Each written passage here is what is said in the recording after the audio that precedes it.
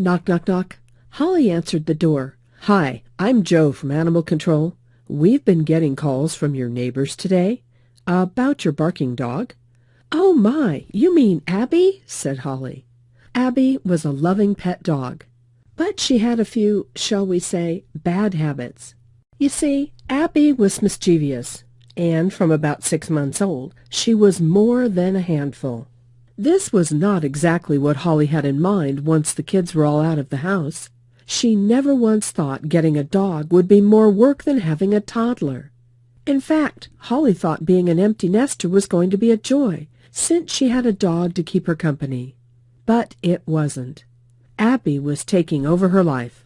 Not only did Abby use the living room floor as her own personal bathroom whenever she felt like it, she also wasn't making Holly very popular with the neighbors from all the barking.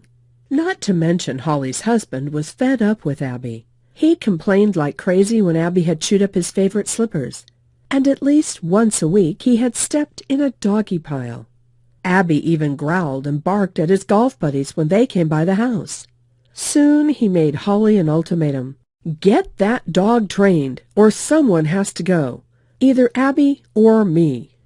Despite the fact that Abby was making her life miserable at times, Holly could not bear the thought of losing Abby.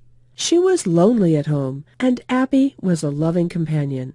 There had to be something she could do to turn Abby into the faithful, obedient dog she had pictured when she brought her home. Then it got even worse for Holly.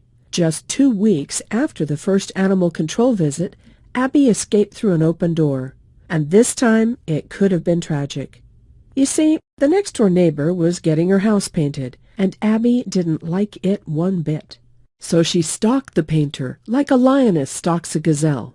The painter tried to shoo her away, but Abby lunged and bit him right in the hand, just as Holly arrived with a leash. The painter was angry, furious in fact. Despite Holly begging for forgiveness, the painter grabbed his cell phone and called Animal Control. "You've really done it this time, Abby," Holly said to her proud dog as she brought her inside.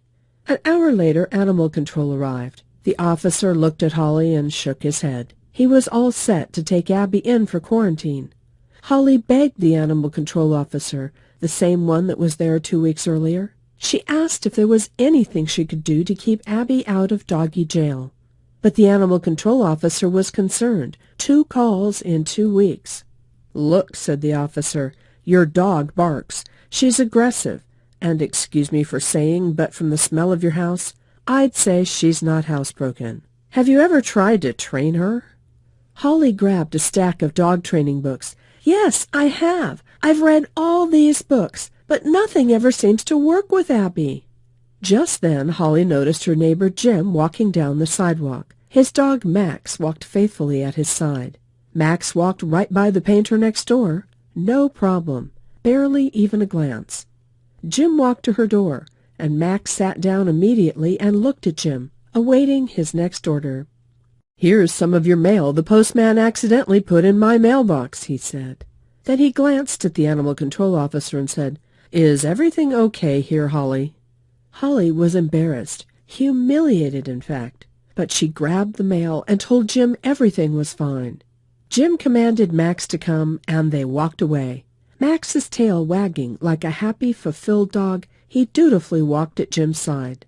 Holly stared at Jim and Max as they walked away.